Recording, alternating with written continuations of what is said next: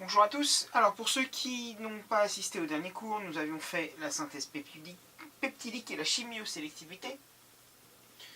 Donc, on va revoir la synthèse peptidique.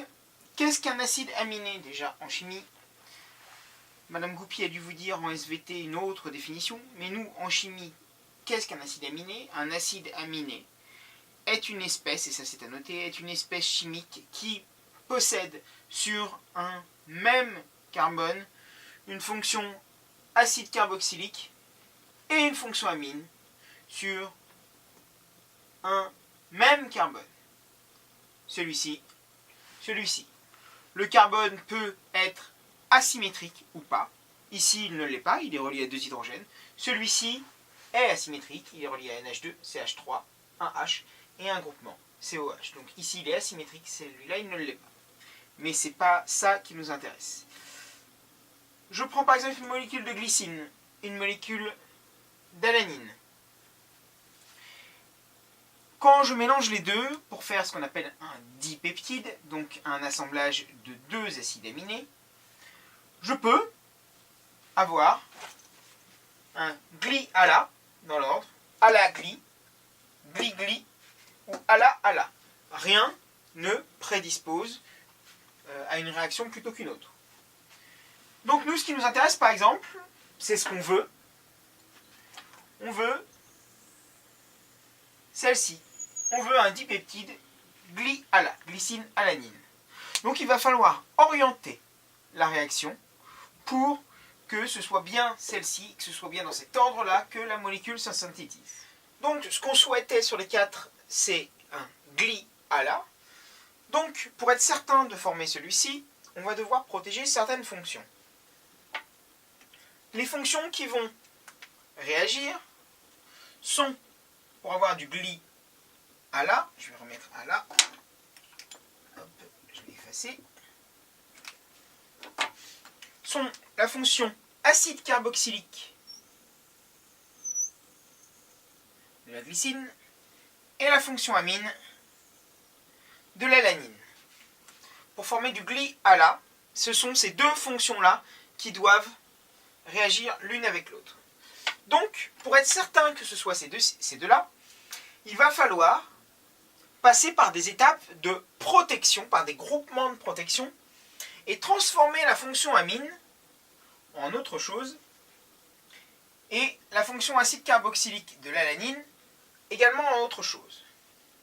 Donc, on passe dans la synthèse peptidique par une première étape, qui est la protection de la fonction amine, et ça passe par la perte d'un hydrogène et par un groupement protecteur que je vais appeler GP1.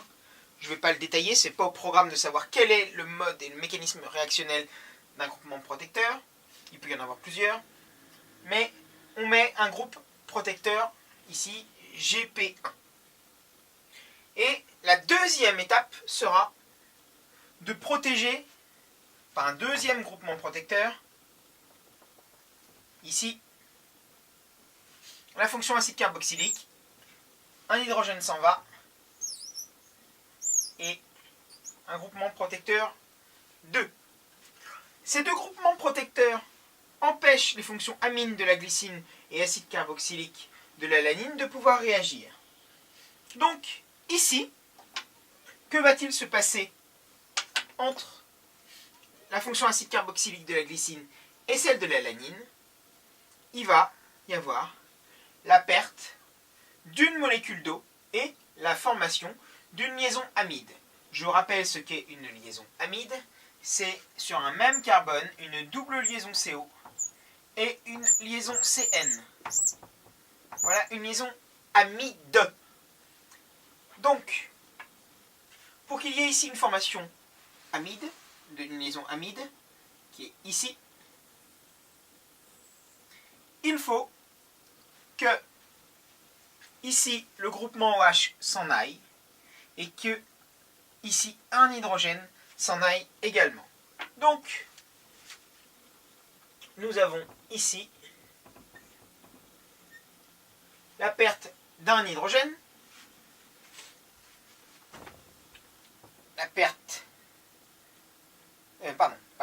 hydrogène, la perte de OH-, excusez-moi,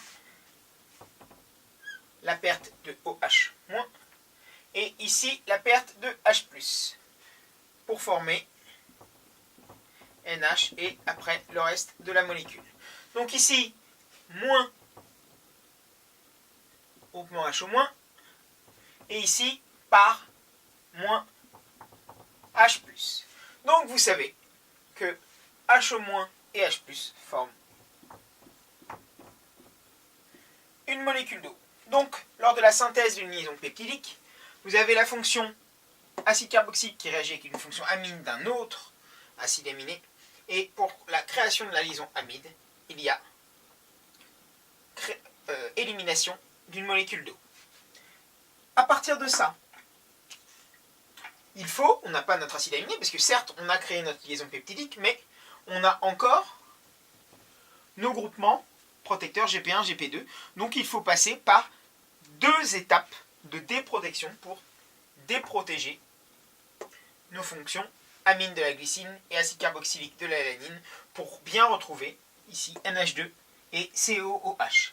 Donc c'est très contraignant la protection de fonction parce qu'il faut orienter, mais il faut surtout 2 étapes supplémentaires de protection et 2 étapes de déprotection.